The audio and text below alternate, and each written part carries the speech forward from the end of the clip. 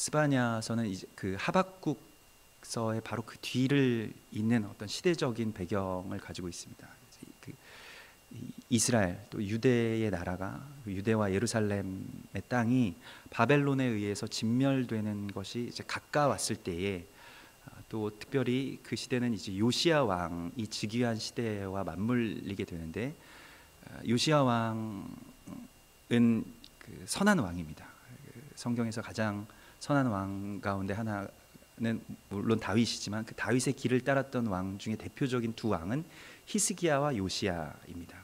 근데 오늘 그러한 그 요시야 왕의 개혁이 있기 전에 말하자면 그 중간의 단계 요시야가 8살 때 왕위에 오르게 되었는데요. 왜냐하면 아버지가 그 암살을 당하게 되고 거기에 대하여서 그 제사장의 손에 숨겨져 있던 이 요시야가 또 다시 이게 8살 때 왕위에 올라서 16살이 되던 해에 개혁을 시작합니다. 8년 만에 정말로 그 종교적인 완전한 그 개혁을 시작하는데 그 사이에 있었던 그 예언 또 요시야 왕의 그 개혁 그 요시야 왕이 이 땅 가운데 다시 예루살렘에 하나님의 예배와 말씀을 회복하는 것을 격려하고 또한 그것의 문을 먼저 여는 그런 선지자가 바로 스바냐입니다. 하나님께서는 하나님의 선지자들에게 어떠한 일을 알리시지 않고는 먼저 일을 하시는 법이 없죠. 그렇기 때문에 이 스바냐가 그 개혁 이전에 그 개혁을 먼저 합니다. 말씀으로 또 하나님의 그 거룩한 음성의 선포를 통해서 이스라엘과 예루살렘에 굉장한 그 하나님의 살아있는 말씀을 선포하기 시작하는데요. 이때에는 거의 대부분의 사람들이 이제 그 종교적으로는 아수르나 또 바벨론화 되어 있던 시대입니다. 성전에 그 태양 신상이 세워져 있고 그리고 그를 경배하는 그 제사장들과 또 뭐 아세라의 그 여신을 숭배하는 그러한 무녀들이 막 드나드는 그러한 때가 바로 이 요시야 왕이 즉위했을 그 당시의 모습인데요.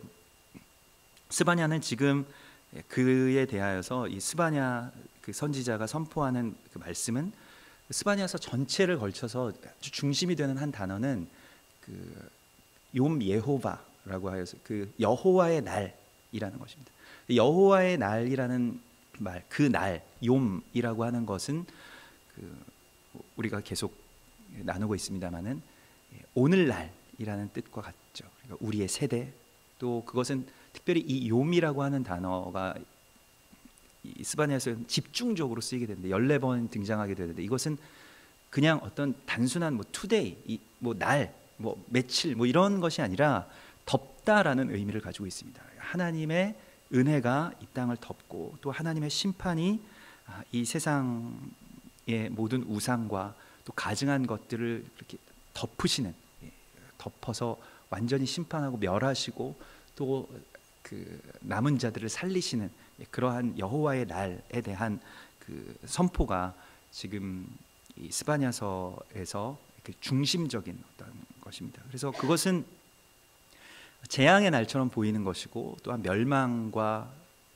또 완전한 그런 그 마지막의 날처럼 보이지만은 그것이 바로 여호와의 날이라고 이것이 바로 하나님께서 행하시는 일이라고 우리가 보기에 그것은 그 마치 모든 것들이 다 죽는 것처럼 보이는 일이라 할지라도 그것은 또한 하나님의 추수의 때라고 그렇게 선포하는 것이 스바냐서의 말씀입니다. 그리고 아주 실망하고 있는 그러니까 이 정말로 예루살렘이 멸망하고 또 유다가 바벨론에 의해서 멸절되는 것에 대하여서 하박국과 같이 실망하고 있는 이스라엘의 남은 자들에게 유다의 남은 자들에게 너희는 손을 늘어뜨리지 말라. 너희는 실망하지 말라. 그리고 너희 하나님 여호와가 너희 가운데 계시니 그는 너를 잠잠히 기뻐하시는 하나님이시라. 이렇게 격려하는 그러한 말씀들이 선포되는 예언이 바로 스바냐의 예언입니다. 이 스바냐라는 인물은 오늘 1장 1절에 기록된 것 외에는 다른 기록을 찾을 수가 없는데요. 특별히 아몬의 아들 유다 왕 요시야의 시대에 그 요시야의 시대를 분명하게 드러내고 있고 스바냐에게 임한 여호와의 말씀이니라 말씀하시면서 스바냐는 히스기야의 현손이요 히스기야의 증손 그 말하죠 고조 할아버지가 이제 히스기야라는 것입니다. 아마랴의 증손이요 그다랴의 손자요 구시의 아들이었더라. 이렇게 보았을 때 히스기야 그 왕족 가운데 한 명이 바로 이 스바냐인데 굉장히 아주 독특한 그런 가문을 말하고 있습니다. 그래서 그 요시야의 그 4대 전에 그 왕이 바로 히스기야인데, 그 히스기야 왕까지 거슬러 올라가서 자신의 그 출신을 밝히는 것은 굉장히 의도적인 것입니다. 이스라엘 백성들은 남자들이 다른 어떤 성이 없고 누구의 아들이라고 이렇게 표현이 되거든요. 그래서 뭐 그 이름 자체를 그렇게 씁니다. 그러니까 성처럼 아버지의 이름을 앞에 쓰는 것이죠. 그래서 우리가 뭐 영화 벤허 하면은 그 벤허도 그 이 로마계 유대인이잖아요. 그 말하자면 벤이라고 하는 것이 아들이라는 뜻인데 훌의 아들이라는 뜻입니다. 허 이게 훌이거든요. 훌의 아들. 뭐 아론과 훌 할 때 그 훌의 아들이 바로 벤허 이렇게 해서 그냥 이름처럼 쓰이는 것입니다. 그런데 지금 스바냐 선지자는 자신의 이름을 밝히는 데 주목하는 것이 아니라 자기가 히스기야의 현손이다. 그래서 히스기야의 그 정통성이 지금 요시야에게 이어지는 데에 어떠한 연결을 하는 사명자로 지금 그가 그곳에 서 있습니다. 그러니까 그가 서 있는 것은 히스기야의 종교적인 개혁, 히스기야가 그 다른 왕들이 섬겼던 우상을 따르지 않고 하나님 앞에 엎드렸던 것처럼 요시야 왕이 그렇게 돼야 된다라고 하는, 지금이야말로 이스라엘의 그러한 종교적인 개혁, 하나님 여호와의 날이 임하실 때라는 그 갈망을 가지고 지금 이 말씀을 선포하고 있는 것입니다. 그래서 히스기야를 그렇게 지칭하고 있고요. 또 한 가지 그 자신이 히스기야의 현손이라는 것을 아주 적시하고 있는 것은 지금 구시의 아들이라는 그 표현 때문입니다. 이 자신의 아버지가 이제 구시라고 하는 것이, 이것은 구스를 말하는데요. 구스는 그 성경에서는 이디오피아, 그러니까 아프리카 계통의 사람들을 구스라고 합니다. 세상의 가장 남쪽의 끝으로 알려져 있고 그 당시에 이스라엘에서는, 그래서 그 구스인들과 간혹 결혼을 하는 경우가 있는데요. 모세가 구스 여인과 결혼을 했던 것과 같이 그 왕족들 가운데서 아마도 구스 계통의 어떠한 그 할머니나 누군가가 거기에 있었을 것이고, 그래서 그의 이름을 구스라고 지었을 것이라고 뭐 성경학자들이 이렇게 이야기합니다. 그러니까 표면적으로 봤을 때는 아프리카 사람처럼 보였다는 것입니다. 지금도 이스라엘에서 뭐 군인들이나 또 유대인들 가운데서 이 이디오피아계 유대인들이 있습니다. 실제로 보기에는 완전히 흑인이죠. 그런데 혈통적으로는 뭐 그 이스라엘의 어떤 그 DNA를 가지고 있다고 하는데요. 그와 같이 지금 스바냐는 그러한 겉 보기에는 유대인인 것처럼 보이지 않는 이방인인 것처럼 보이는 자이지만 실제로는 그가 왕의 자손임을 자기가 드러내면서 어떤 그 예언의 정통성에 대하여서도 이렇게 말하고 있고, 특별히 히스기야의 그 이제 손자가 된다라고 하는 것이 지금 여기에서는 큰 의미입니다. 그래서 요시야 시대에는 심각한 수준의 우상 숭배가 있었고요. 므낫세와, 그러니까 요시야의 할아버지인 므낫세와 또 요시야의 아버지인, 암살당한 요시야의 아버지인 아몬은 다 친아수르 정책을 폈습니다. 이 친아수르 정책을 폈다는 것은 무엇이냐면 아수르에서 섬기는 모든 신들을 다 끌어다가 이 왕궁과 또 예루살렘 성전을 완전히 도배해 놨다는 것을 말합니다. 이 아수르 모방 정책을 썼는데요.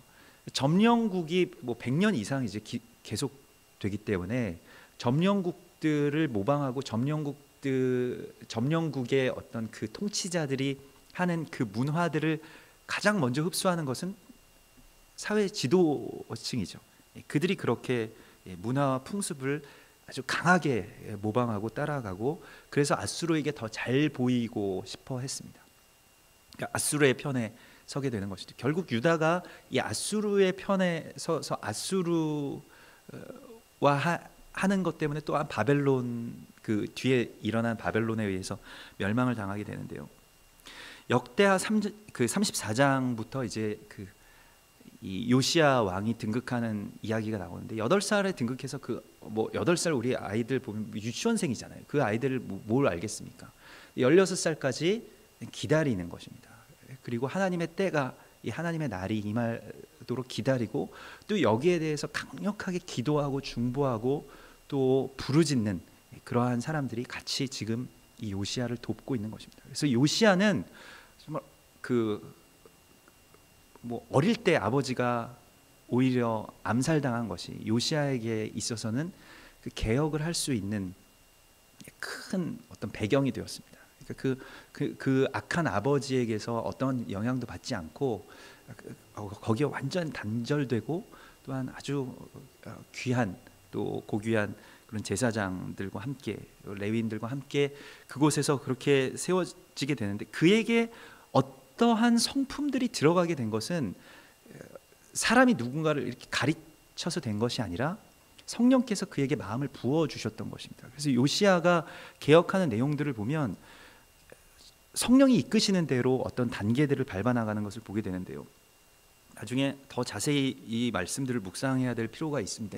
그 역대하 34장에 보면 아직 어렸을 때에 곧 왕위에 있은 지 8년에 그러니까 16살 때 그의 조상 다윗의 하나님을 비로소 찾고 제 12년에 그러니까 그 즉위한 지 이제 12년째가 되는 해에 유다와 예루살렘을 비로소 정결하게 하여 그 산당들과 아세라 목상들과 아로 새긴 우상들과 부어 만든 우상들을 제거하여 버리매 무리가 왕 앞에서 바알의 제단들을 헐었으며 왕이 또 그 제단 위에 높이 달린 태양상들을 찍고 또 아세라 목상들과 아로 새긴 우상들과 부어 만든 우상들을 빻아 가루를 만들어 제사하던 자들의 무덤에 뿌리고 제사장들의 뼈를 제단 위에서 불살라 유다와 예루살렘을 정결하게 하였다라고 나옵니다.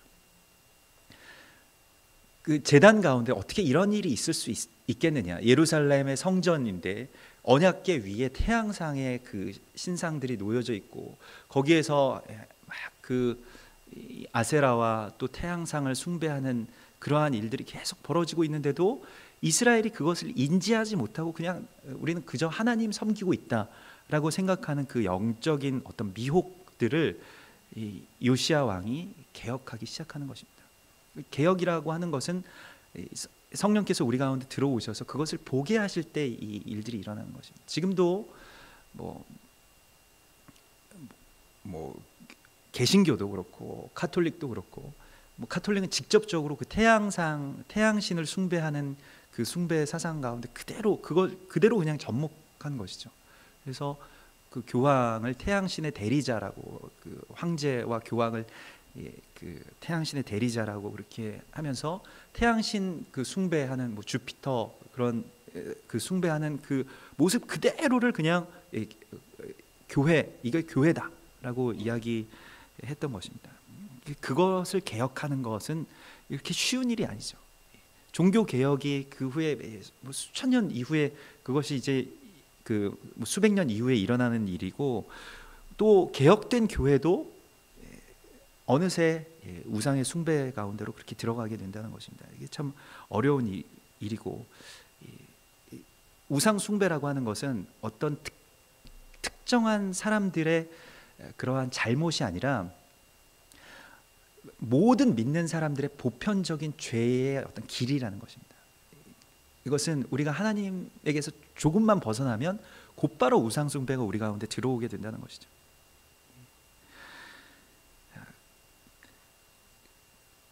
그래서 그 요시야 왕은 성전을 보수하는 중에 율법책을 발견하게 됩니다. 그 전에 잃어버렸던 율법책을 발견하게 되고 그래서 그 율법책에 기록된 대로 다시 그 율법책을 발견하였을 때 요시야 왕이 옷을 찢고 통곡하면서 우리가 이것 때문에 망하게 되었다. 우리가 이것 때문에 멸망하게 된 것이라는 것을 깨닫게 되죠.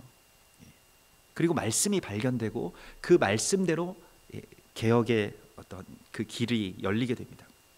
그래서 그 역대하 34장 21절에 보면 너희는 가서 나와 및 이스라엘과 유다의 남은 자들을 위하여 이 발견한 책의 말씀에 대하여 여호와께 물으라. 우리 조상들이 여호와의 말씀을 지키지 아니하고 이 책에 기록된 모든 것을 준행하지 아니하였으므로 여호와께서 우리에게 쏟으신 진노가 크도다. 말씀에 대해서 이제 깨닫게 됩니다. 스바냐의 예언, 지금 스바냐가 선포하는 여호와의 날이 이 날이라고 하는 것이 오늘 이 스바냐서 1장 1절에 요시아의 시대라고 하는 것이 욤 요시아라고 해서 요시아의 날, 이 요시아의 시대에 그것이 열렸다는 것을 그렇게 암시하고 있습니다.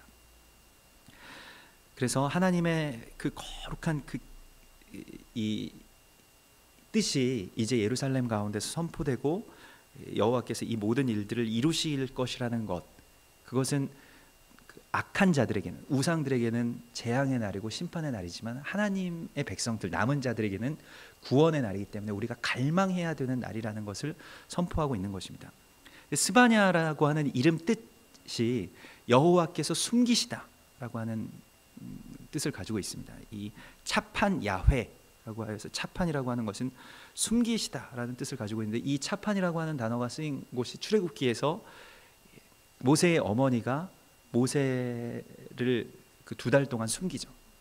원래 나일강에 다 던져버리는 것이 왕의 명령이었는데 그것을 감수하고 그 모세를 숨깁니다. 또 이 여호수아서 2장에서 라합이 정탐꾼들을 숨겨줍니다. 그것이 차판입니다. 그래서 소중한 것들을 하나님께서 숨겨두시는 것이죠. 지금 요시아와 같이 하나님의 날이, 지금 요시아가 8년 동안 또 12년 동안 이 날을 기다리고 있는 것, 스바냐가 갈망하면서 지금 이 날을 기다리고 있는 것, 하나님께서 숨기신 것을 드러낼 수 있도록 기다리는 것, 또 숨겨진 것이 장차 드러나게 하시도록 우리가 기도하는 것, 그것이 이 스바냐서에서 우리에게 말씀하시는 말씀입니다. 잠언 25장 2절에서도 이를 숨기는 것은 하나님의 영화요, 이를 살피는 것은 왕의 영환이라고 말씀하고 있죠. 하나님께서는 소중한 것들을 다 숨겨 놓으십니다. 그리고 하나님의 때에 그 왕에게, 왕과 같은 제사장들인 우리에게 그것을 살필 수 있도록, 그것을 볼 수 있도록 눈을 열어주시는 것입니다. 근데 어떻게 보느냐, 요시아의 개혁을 보면 꼭 같이 잠언 25장의 말씀과 꼭 같은 일들이 일어나는데, 하늘의 높음과 땅의 깊음 같이 왕의 마음은 헤아릴 수 없느니라. 그것이 숨겨져 있기 때문에, 또 이게 우리에게 그냥 너무 감춰져 있어서 안 보이는 것이 아니라 헤아릴 수 없어서 안 보이는 것입니다. 2차원에 살아가고 있는 어떤 생물이 3차원을 알지 못하는 것처럼 우리는 지금 3차원에서 살고 있기 때문에 하나님의 그 차원의 이야기를 알 수가 없죠. 근데 그것을 알게 해주시는 것은 어떠한 것이냐면, 잠언 25장에서는 은에서 찌꺼기를 제하라, 그리하면 장색에 쓸만한 그릇이 나올 것이라고 말씀하십니다. 요시아의 개혁이 꼭 그랬죠. 우상들을 먼저 밖으로 다 끄집어내고 다 불태웁니다. 그때에 말씀을 발견하게 되는 것이에요. 그래서 잠언 25장에서는 왕 앞에서 악한 자를 제하라, 그리하면 그의 왕위가 의로 말미암아 견고히 서리라고 말씀하십니다. 그래서 실제로 감춰진 말씀이 발견되기까지 요시아는 우상을 제거하고 태우고, 또 중요한 일들은 성전 문지기들, 우리가 하박국 선지자와 같은 그 성전 문지기들을 다시 레위인들이 성전 문지기들로 세워지게 됩니다. 굉장히 중요한 일인데요. 그 하박국서에서도 이 미시 마레트라고 하는 그 성전에서 내가 파수하리라고 하는 그 성전 문지기들을 먼저 세웁니다.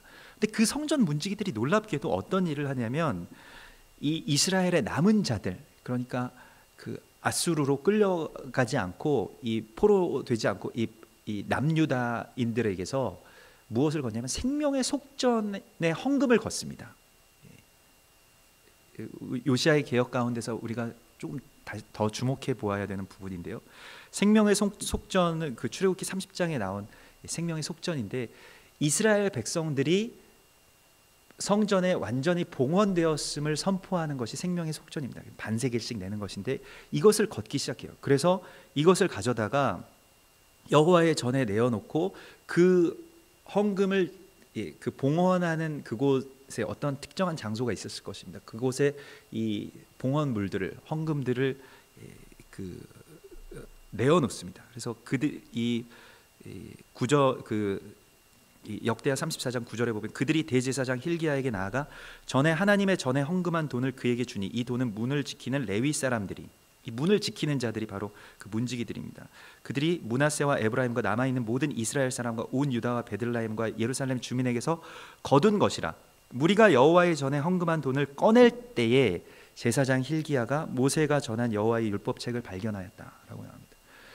이 성전의 생명의 그 말씀이 회복되는 그 지점은 그냥 회복되는 것이 아니라 이스라엘 백성들이 생명의 속전으로 하나님께 드려졌을 때 말씀이 열리게 됩니다. 이 굉장히 중요한 것인데요.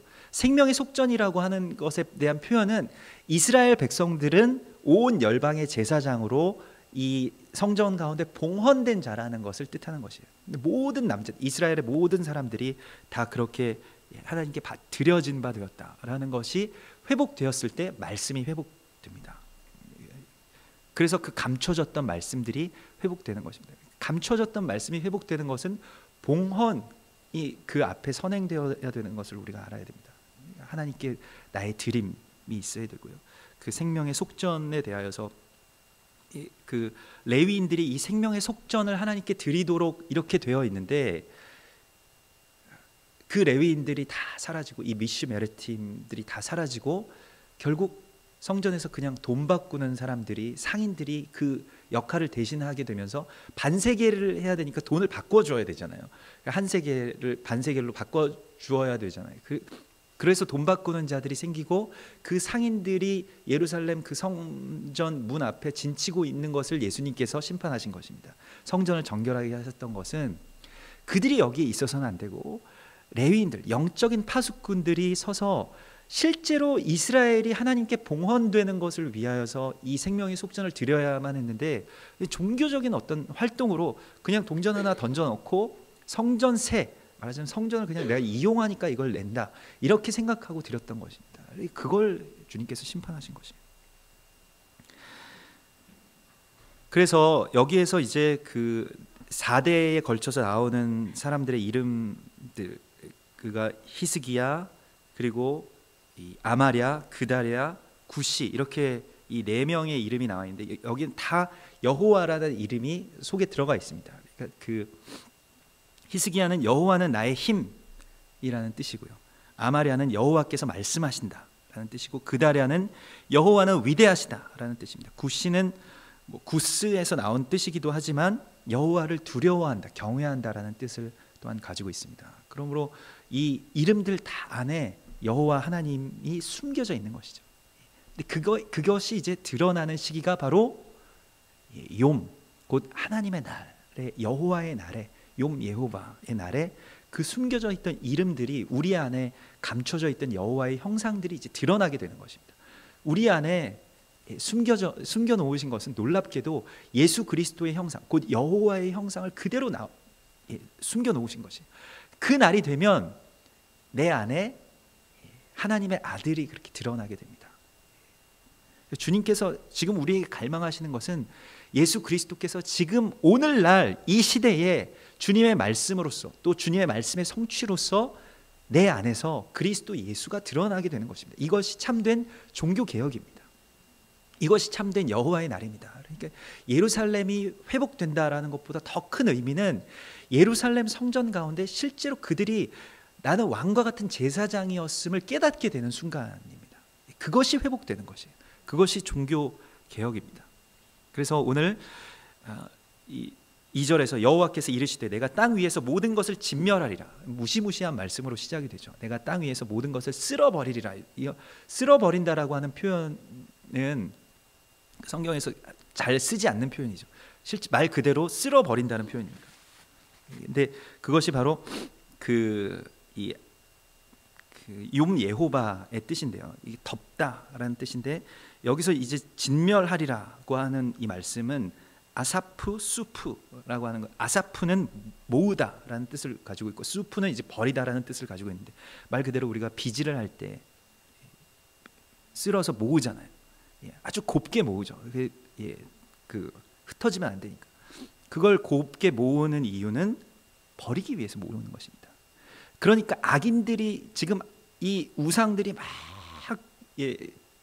관영하고 막 그 악한 것들이 전체가 다 어디에 집중되어 있냐면 예루살렘 성전에 집중되어 있는데 그 성전에 집중되어 있는 이유가 악한 자들이 승리해서가 아니라 하나님께서 의도적으로 이것을 지금 모으고 계셨다는 것입니다. 온 세상의 모든 악들을 예루살렘 성전이라고 하는 그 한 지점 가운데 아주 곱게 주님께서 아사프 모으셔서 쓸어버리신다는 것입니다. 이것이 진멸입니다.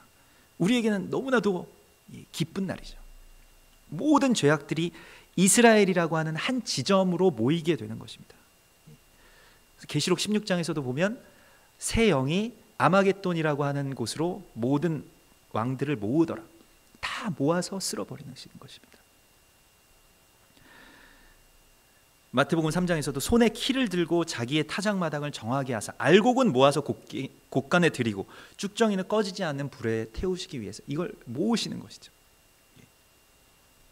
그래서 악이 더해지고 또 그 죄악들이 승리하고 일어서는 것처럼 보이는 모든 일들이 사실은 하나님께서 이 마치 비질을 하시는 것처럼 모으셨던 것의 결과라는 것입니다. 그래서 그것에 대한 지혜를 우리가 가지고 있으면 지혜 있는 자는 이 현상이 무엇인지를 알게 된다는 것입니다. 아, 하나님이 모으고 계시는구나. 지금도 여러분 이스라엘에 가면 예루살렘은 예루살렘조차도 예루살렘에 교회가 더 많겠습니까? 또 회당이 더 많겠습니까? 제일 많은 것이 이슬람 성전이에요. 모스크가 제일 많습니다. 예루살렘 그 성전 안에도 모스크가 굉장히 많이 있고 그 이슬람 지역들이 있고 또 그 성전이 원래 성전산에 성전이 세워졌던 곳에 지금 아직도 황금동 이슬람 사원이 있죠.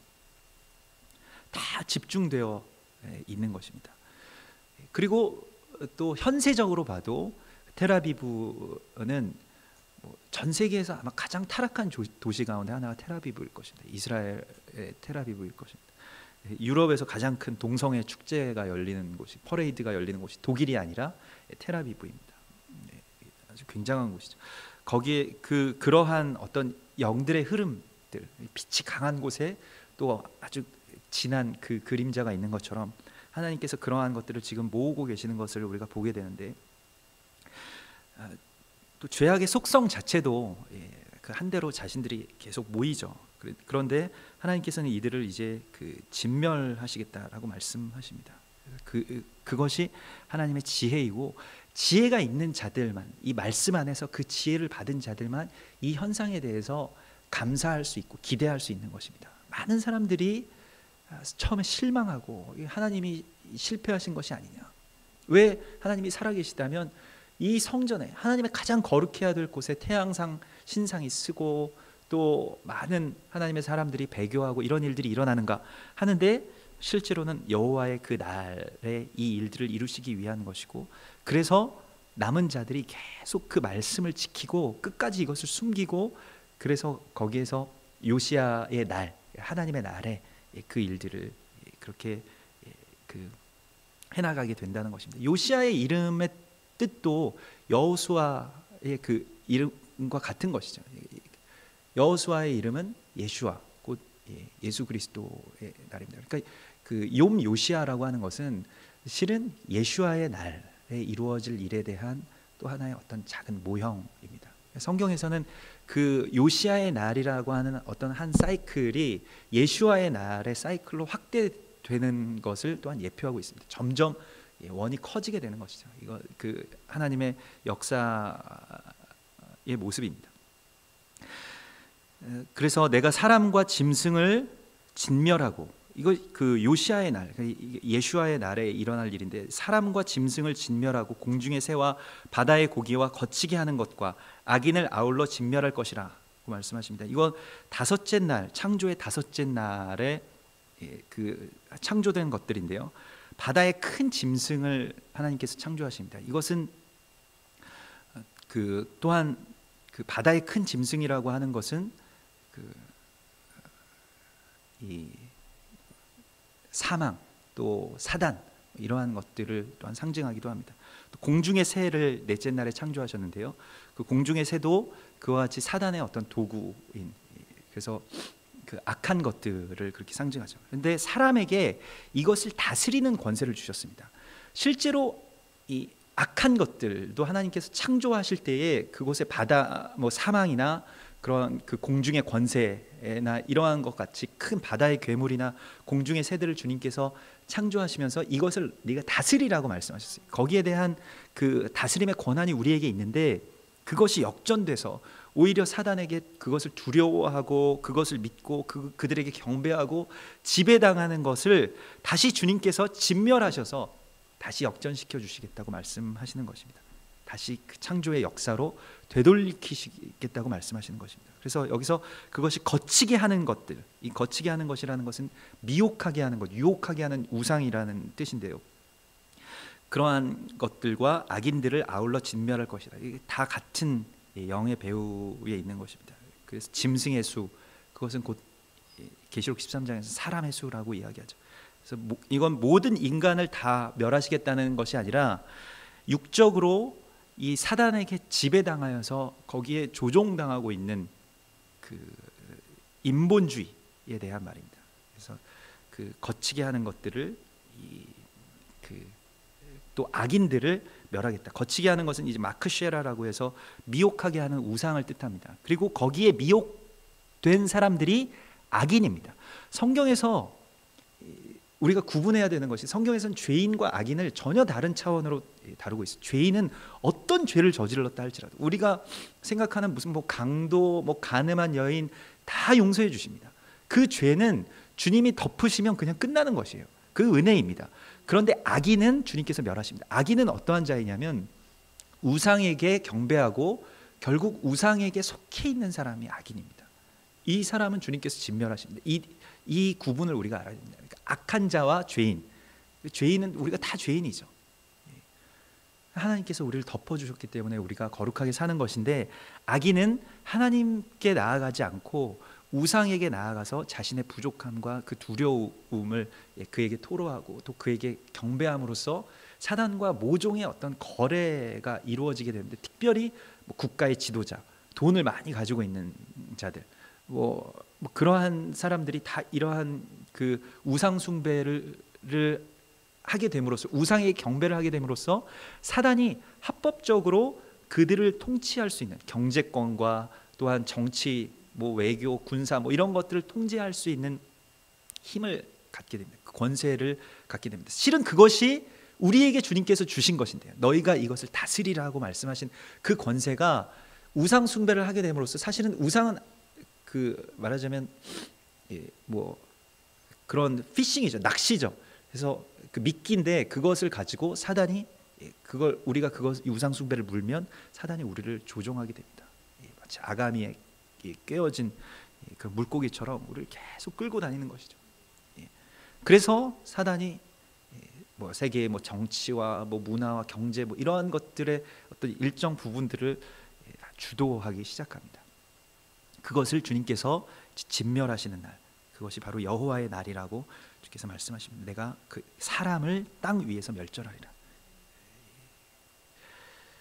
그래서 4절에서 내가 유다와 예루살렘의 모든 주민들 위에 손을 펴서 남아있는 바알을 그곳에서 멸절하며 그마림이란 이름과 및 그 대제사장들을 아울러 멸절하시겠다고 말씀하시는데 그 이교의 제사장들, 그러니까 이교를 섬기는 뭐 바알과 아세라와 태양상인 그 태양상을 섬기는 그 모든 제사를 주님께서 폐하시겠다고 말씀하시고 그마림이라고 하는 것은 이교의 종교적인 사제를 말하는 것인데 뭐 그 무슨 라마교 수도승들처럼 자기 고행으로 오그라든 사람들을 말하는 것입니다. 이 카마르라고 해서 이 카마르라고 하는 것은 그 많이 쓰이는 그러한 그 뭐 인도나 힌두교 뭐 이쪽에서도 많이 쓰이는 그런 단어인데 우리가 생명 안에서 왕노릇을 할 자들인데 종교적인 어떤 노예가 되어서 또 거기에서 완전히 위축되고 오그라들고 나 자신을 그 가운데 그 사단에게 완전 희생해서 바치는 그러한 제물이 되어버린 자들을 이제 주님께서 멸절하시겠다고 말씀하십니다. 우리는 생명 안에서 왕노릇할 자들인 것을 우리가 알아야 됩니다. 그 권세가 우리에게 있는 것입니다. 로마서 5장 17절의 말씀처럼 너희가 예수 그리스도로 말미암아 생명 안에서 왕노릇하리라. 우리에게 주어진 권세는 이 땅을 다스리고 땅에게 명령할 권세를 가지고 있어요.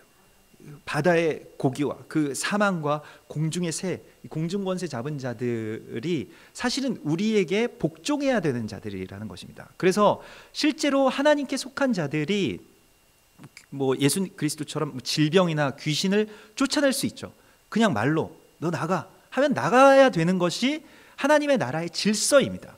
이것을 주님께서 회복시켜 주시면 그때의 치유가 일어나고 또 그때의 축사가 일어나고 그때의 하나님의 완전한 모습들로 우리가 되돌려지게 되는 것입니다. 그것을 주님께서 지금 회복해 주시는 것이에요. 이 새로운 창조, 창조의 회복이 있기 위해서는 멸망이 있어야 됩니다. 멸절이 있어야 되죠. 그러니까 이것을 다시 창조하시기 위해서는 우상으로부터 우리가 우상에게 경배하는 것들이 없어져야 됩니다. 사라져야 됩니다. 하나님의 나라가 회복되고 하나님에 대한 예배가 회복되기 위해서는 집안에서에 있는 모든 우상 숭배들이 다 멸절돼야 돼요. 우리가 이거 아무것도 아닌 것처럼 보이지만은 오늘 이 5절에서도 보면 지붕의 뭇 별에게 경배하는 자들과 경배하며 여호와께 맹세하면서 말감을 가리켜 맹세하는 자들. 그러니까 이 점성술이라고 하는 것이 바로 그것이 별자리에 점을 치고 뭐 띠별로 보는 뭐 오늘의 운세 뭐 이런 것들을 통해서 별것 아닌 것 같지만 뭐 토정 비결 뭐 아니면 그냥 뭐 명절 때마다 우리가 지내는 조상신들에게 제사하는 차례 뭐 이러한 것들이 문화적인 것이고 재미로 하는 것이고 별 볼 일 없는 것 같이 보이지만 실제로는 이것을 통해서 아주 놀라운 그 아주 악한 일들이 일어난다는 것입니다. 악한 결박들이 일어난다는 것입니다. 그래서 그렇게 거기에 빠져들게 되면 말감을 가리켜 맹세하게 되는, 말감이라고 하는 것은 그들의 왕이라는 뜻입니다. 그 왕이라는 뜻이에요. 그것은 신명기서 4장 19절에 보면 네가 하늘을 향하여 눈을 들어 해와 달과 별들 하늘 위의 모든 천체 곧 너희의 하나님 여호와께서 천하 만민을 위하여 배정하신 것을 보고 미혹하여 그것을 섬기며 경배하지 말라고 말씀하십니다. 만일 이렇게 섬기는 자는 돌로 쳐서 죽이라고 말씀하시는데요.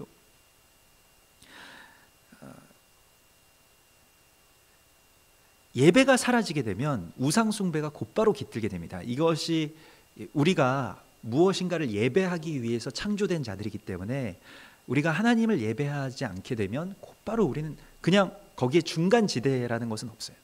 그런 진공의 상태는 없는 것입니다. 내가 하나님을 예배하지 않으면 무엇인가 다른 것을 분명히 예배하고 있다는 것입니다.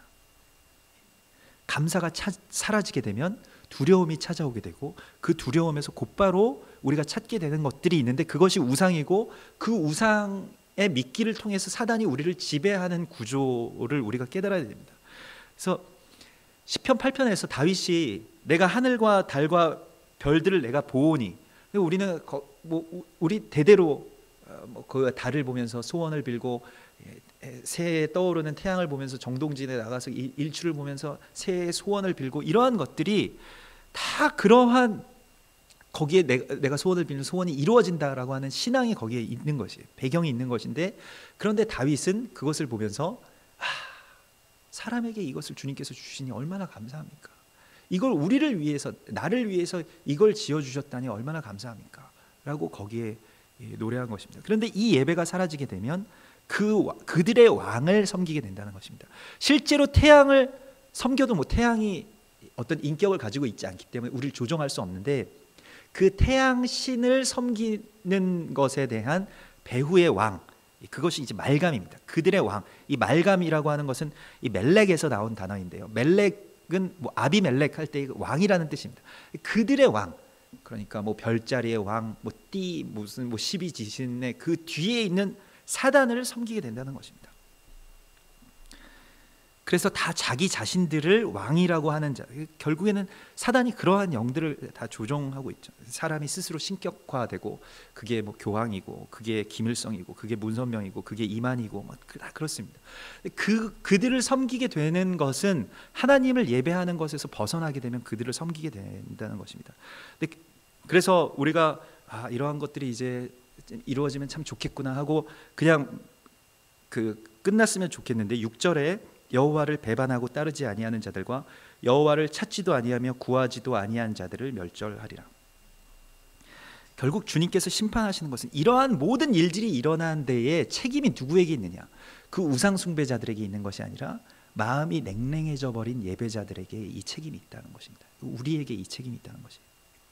배반하고 따르지 아니하는 자들까지도 우리가 내가 그래도 배교하진 않았으니까 라고 한숨을 돌리지만은, 그러나 주님을 찾지 아니하고 구하지 아니한 자들, 그들을 멸절하시겠다는 것입니다. 그들이 누구입니까? 우리죠.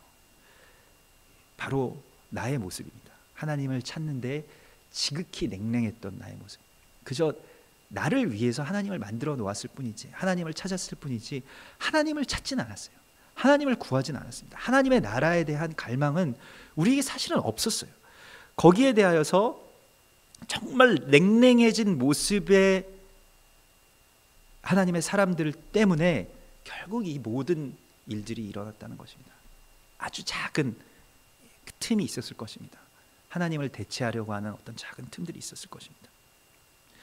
그래서 주님을 사랑하고 또 주님 없이는 내가 못 삽니다 라고 다시 주님 앞에 돌아가고, 또 주님만이 나의 이 죄악과 연약함을 되돌려 주실 수 있습니다 라고 하는 그 갈망이 회복되게 해주시겠다라고 말씀하십니다. 그날에 우리에게 회복되게 해주시겠다고 말씀하시고, 그날이 바로 이때입니다. 우리가 회복되어야 이 땅이 회복되는 것입니다. 그래서 바티칸이 문제이고 문선명이 문제이고 기밀성이 문제이고 이것이 아니고, 그 모든 문제의 근원에 누구의 문제가 있느냐? 바로 예배자들이, 우리의 문제가 있다는 것입니다. 우리가 주님께 냉랭했기 때문에 이 예배가 점차 결국 우상에게 틈이 되었다는 것이죠. 그래서 하나님께서는 이 진멸의 날에 지금 가장 먼저 진멸되어야 될 자가 바로 냉랭해진 나, 그 냉랭한 내가 죽고 정말 뜨거운 하나님의 나라를 향한 갈망과 또한 애통함으로 가득한 주님의 사람으로 오늘 우리가 그렇게 회복되기를 주님께서 원하시고, 또 그렇게 회복시켜 주시겠다고 약속하시는 주님의 날이 지금 이제 오늘 우리의 가운데 임하신 것을 주의 이름으로 선포합니다. 함께 기도하겠습니다.